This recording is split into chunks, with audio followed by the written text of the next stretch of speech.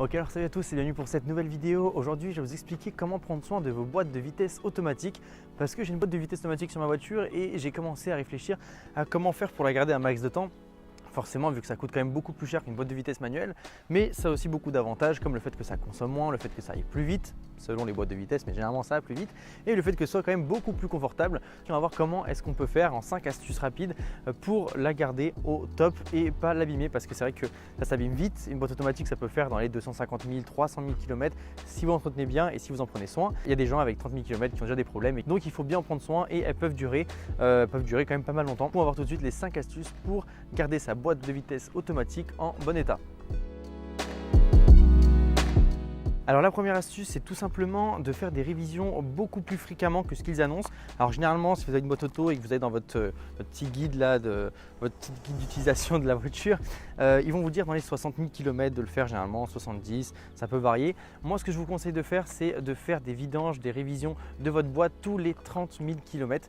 Comme ça, vous aurez 2 révisions au lieu d'une tous les 60 000. Donc comme ça, c'est quand même beaucoup mieux. Ça permet à la boîte d'être en meilleure santé, d'avoir un meilleur huile et surtout je vous recommande de faire un apprentissage. Alors ça, si vous le faites chez Volkswagen ou Audi, il faut demander pour qu'il fasse un apprentissage de boîte, parce qu'à chaque fois qu'on fait une révision, à chaque fois qu'on fait une vidange de l'huile et on change les filtres, il faut absolument faire un apprentissage. Et si vous avez un ordinateur avec Vadcom, vous pouvez le faire vous-même et il y a un tuto sur VacPerf. Je vous mets le lien du tuto dans la description.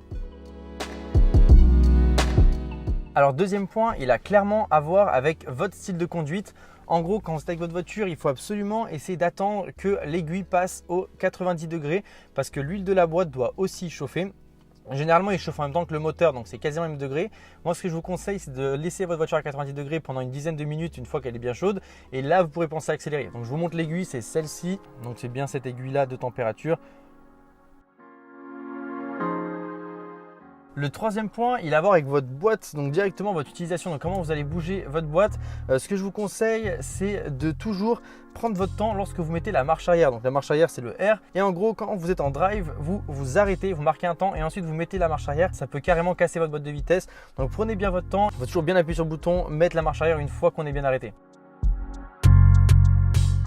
Bon, le quatrième point, il est assez simple. En gros, c'est quand vous êtes dans les bouchons, donc on a arrêté, on se fait chier, c'est assez long. Il est recommandé de passer la voiture en neutre pour soulager un petit peu la boîte. Du coup, si vous êtes arrêté vraiment longtemps dans des bouchons ou autres, sur un feu rouge qui dure une plombe, tout simplement mettez le N, favorisez le N. Alors, le mettez pas tout le temps, vous embêtez pas non plus. Mais quand vraiment c'est des arrêts un peu longs, un peu prolongés, n'hésitez pas à mettre le N, ça soulage vraiment la boîte.